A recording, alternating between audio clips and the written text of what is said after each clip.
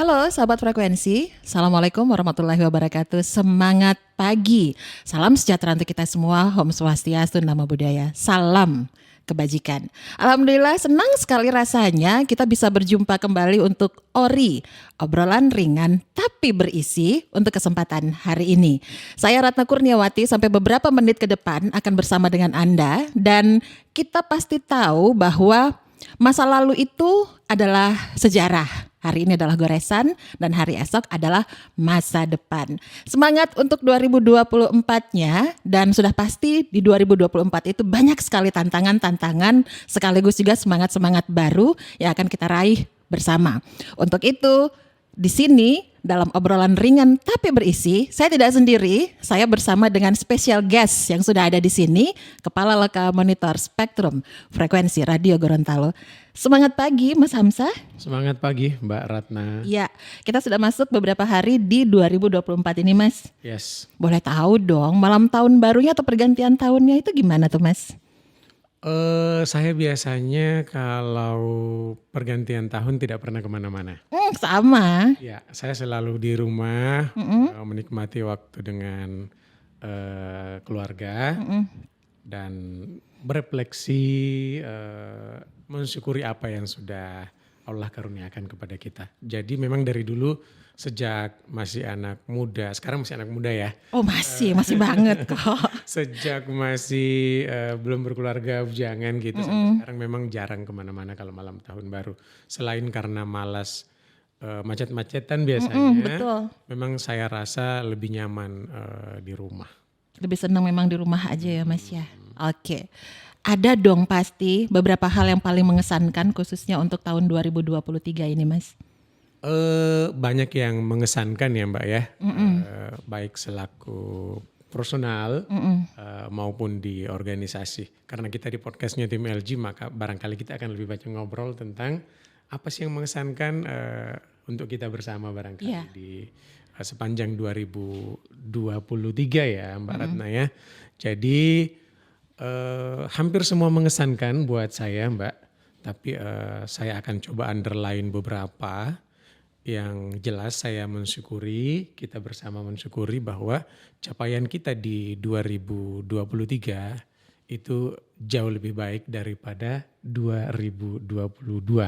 Dan itu satu achievement yang luar biasa. Kalau Mbak Ratna ingat, mencapai sesuatu itu memang sulit, tapi akan jauh lebih sulit lagi mempertahankannya jika sudah baik gitu. Iya benar banget tuh. Iya, dan saya rasa dengan capaian 2022 yang juga memang sudah baik, dalam hati suka berefleksi sometimes brainstorming kalau pulang ke rumah, kira-kira masih bisa nggak ya improve untuk capaian-capaian yang sifatnya kuantitatif.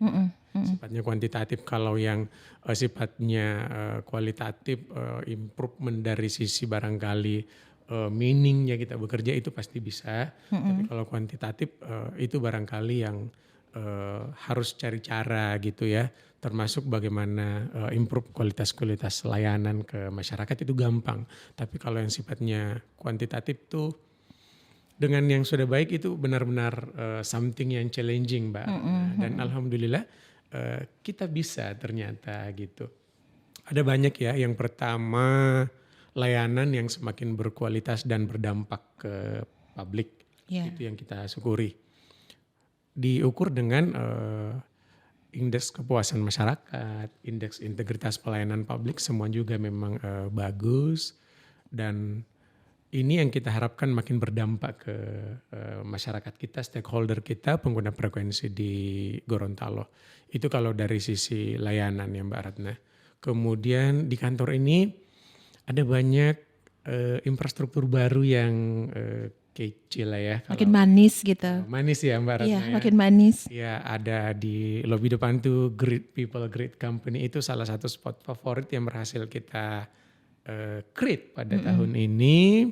Lalu kemudian ada kreatif working space di samping. Iya. Nanti sebentar lagi kita sudah akan mulai purely working dari situ. Anak-anak akan memiliki konsep kerja open space seperti konsepnya Google.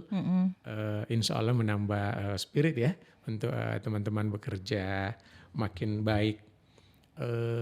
Dan ini ditujukan untuk siapa Mbak Ratna? Tentu ditujukan untuk publik, sahabat frekuensi Gorontalo yang memang menjadi our honorary customers. Ya. Ya itu Mbak. Kemudian ya tata kelola juga alhamdulillah maturity-nya makin bagus. Teman-teman makin memahami bahwa ada meaning and purpose gitu kalau kita bekerja. Jadi bekerja tidak sekedar rutinitas, tapi ada makna-makna value yang bisa diberi dari kita deliver tugas kita sehari-hari. Dari beberapa hal yang sangat mengesankan di 2024, menurut Bapak yang mana nih? Semuanya mengesankan ya seperti yang saya sampaikan tadi. Saya perlu tambahkan saja beberapa barangkali bahwa selain capaian layanan, kemudian maturity tata kelola, Ya. infrastruktur tampaknya ada yang belum saya tambahkan Mbak.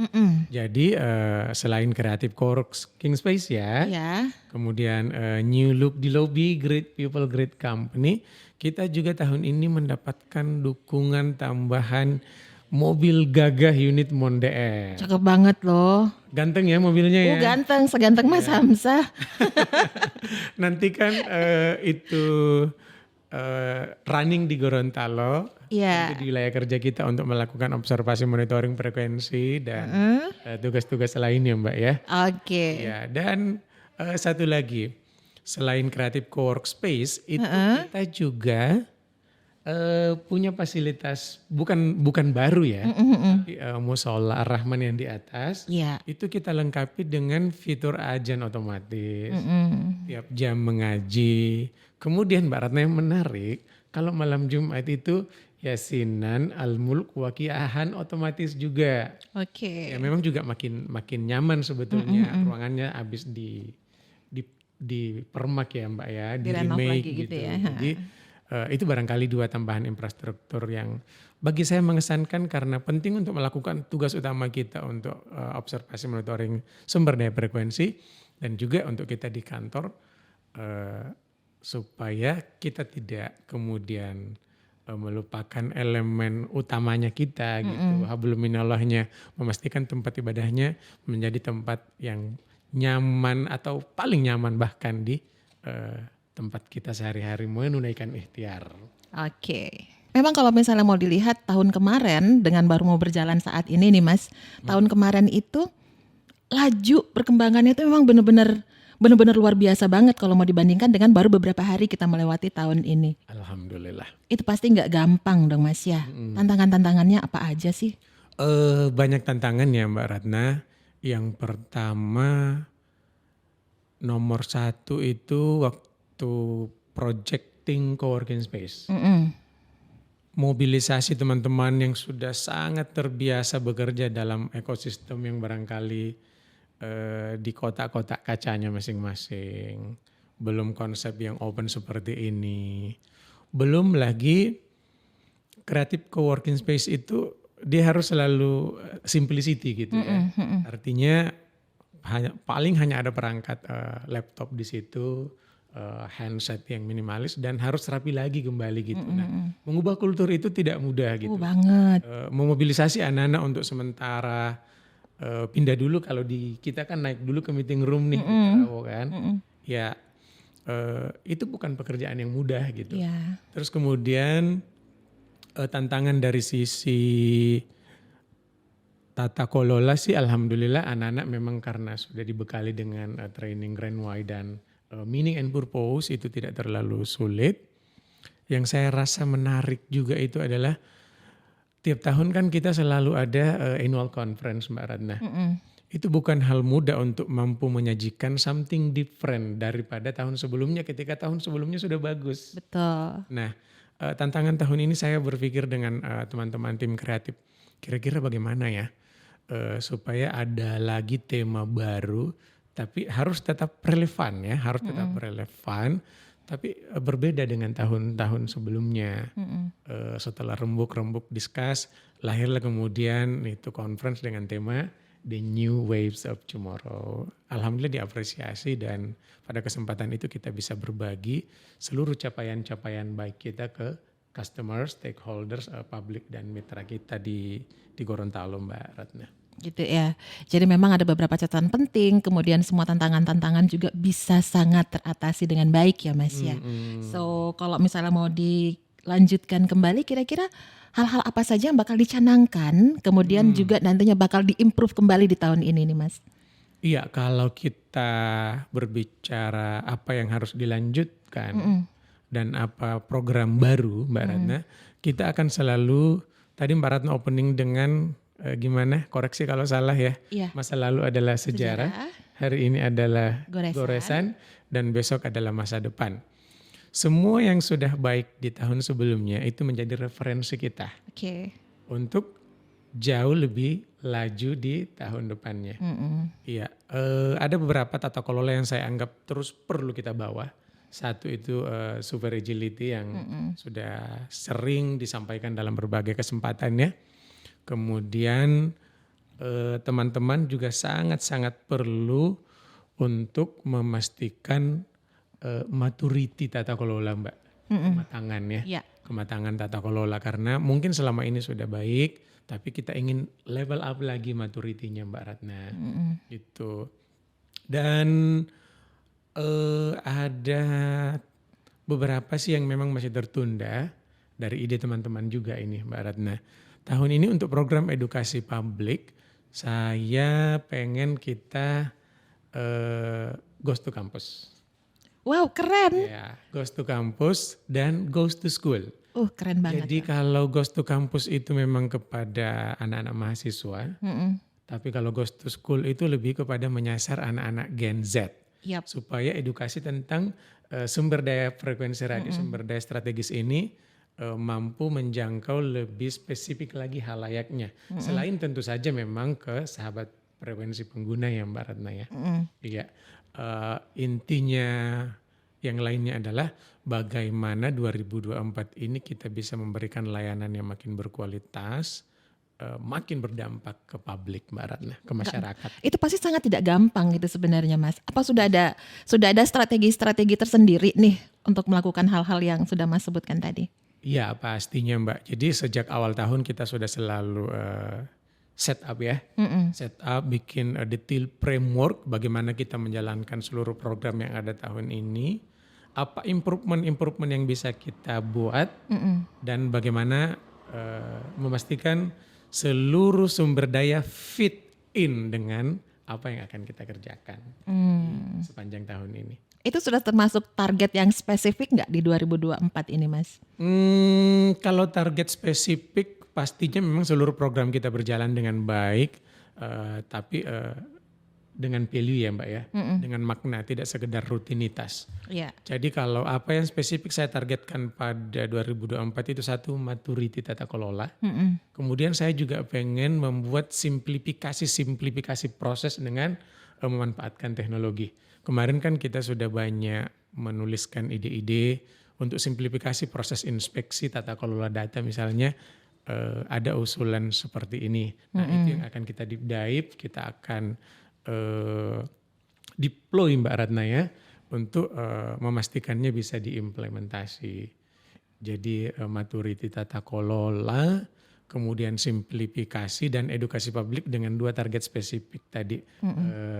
Genset di sekolah dan mahasiswa di kampus Mbak. Ada kriteria sendiri nggak sih Mas kalau pemilihan dari Gen Z ini sendiri kemudian kampusnya?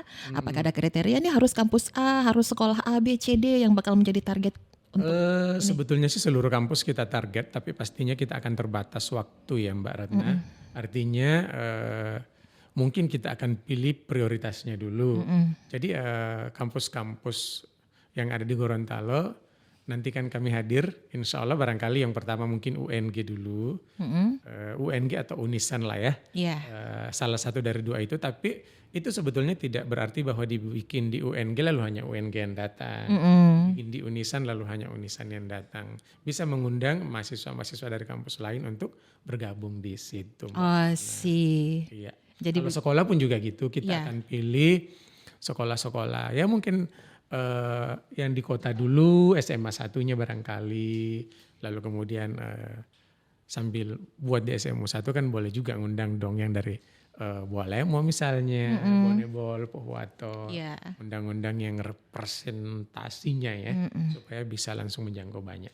Oke, boleh dibilang juga sebenarnya untuk Loka Monitor Spektrum Frekuensi Radio Gorontalo ini pun tidak terlalu banyak kan Mas ya secara personil di dalamnya. Iya, Ini Mas. kami ini ramping banget ya, Iya. kita ini ramping sekali timnya.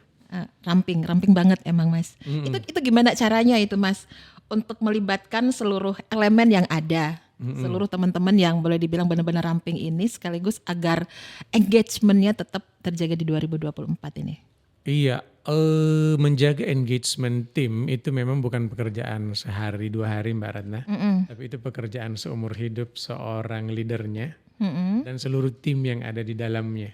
Jadi everyday harus melakukan bukan terobosan juga ya, tapi something yang bisa meningkatkan dan mempertahankan level energi kreativitas teman-teman. Hal-hal sederhana misalnya setiap pagi kan biasanya kita mendoakan teman-teman kita kebaikan, Iya.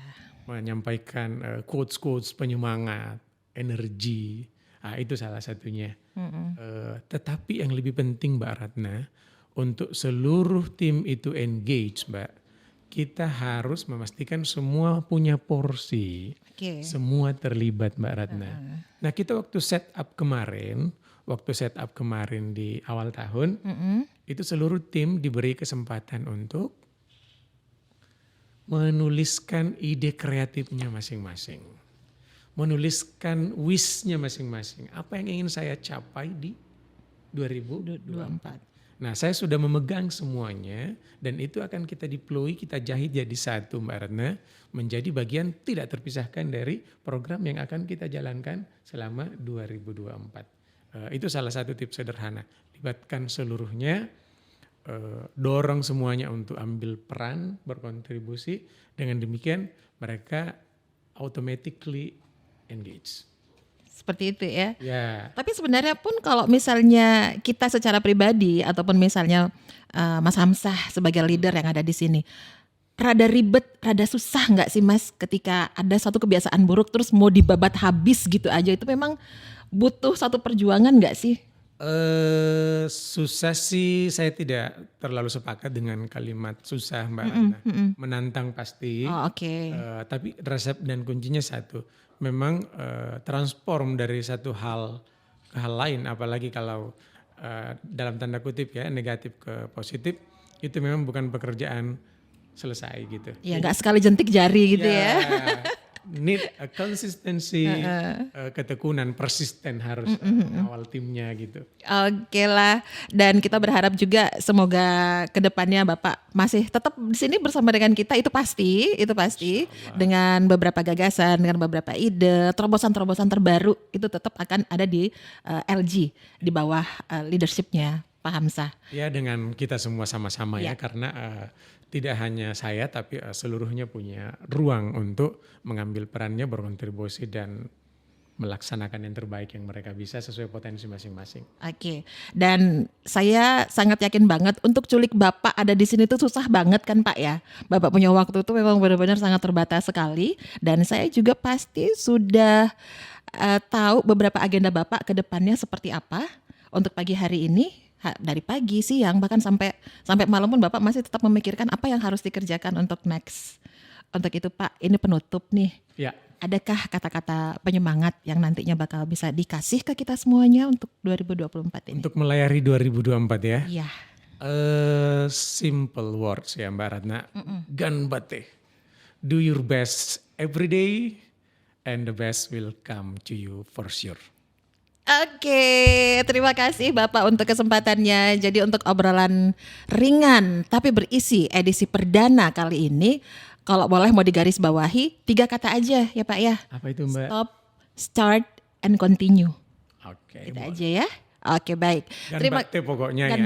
Ganbate deh. Do your best every day.